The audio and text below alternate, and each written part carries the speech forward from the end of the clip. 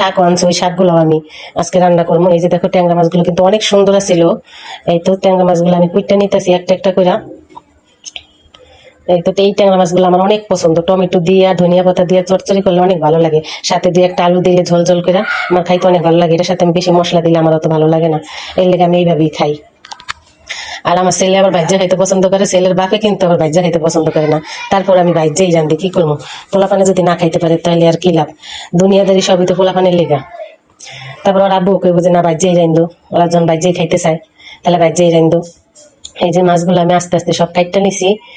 এর লগে আবার কিন্তু আমি পেঁয়াজ কাটছি, তারপরে কাঁচামরিচ ধনিয়া পাতা শাকের জন্য কাটছি, এই লগে এই রসুন, এগুলো সব একবার আমি কাটতে নিছি। এখন লবণ দিয়ে এই যে মাছটি রাইখা দিছিলাম, রাইখা এখন ধুয়ে নিছি, সুন্দর করে পরিষ্কার করে ধুয়ে নিছি। আমার ধার পাতিলা আছে, ওই ধার পাতিলা দিয়ে আমি ধুই মাছ সব সময়, তাহলে মাছটা বেশি পরিষ্কার দেখা। তারপরে এই যে তরকারি রান্না চড়াই দিমু।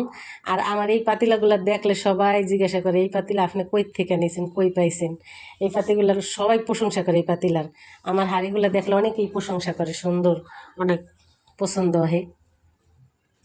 আমি পেঁয়াজ দিয়ে প্রথমেই ভাজা ভাজা করে নিমু একটু, তারপরে একটু আদা বাটা দিম, হালকা আদা বাটাই দিছি, আমি আর কিছু দিইনি। আর ধনিয়ার গুঁড়া আমি প্রায় তরকারিতেই দিই, সেই জন্য ধনিয়ার গুঁড়া দিই।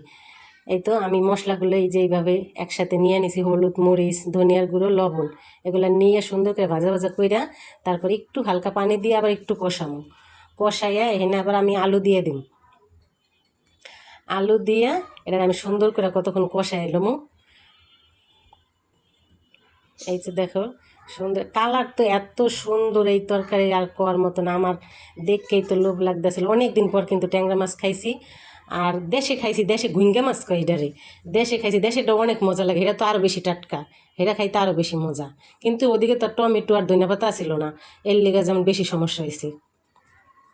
আর এখানে তো ঢাকা শহর সবই পাওয়া যায়, দেশ গ্রামে চাইলেও সব সময় সব পাওয়া যায় না। আর ওর দাদু দেশে তো এমনি অনেক কিছু সিজন ছাড়া পাওয়া যায় না।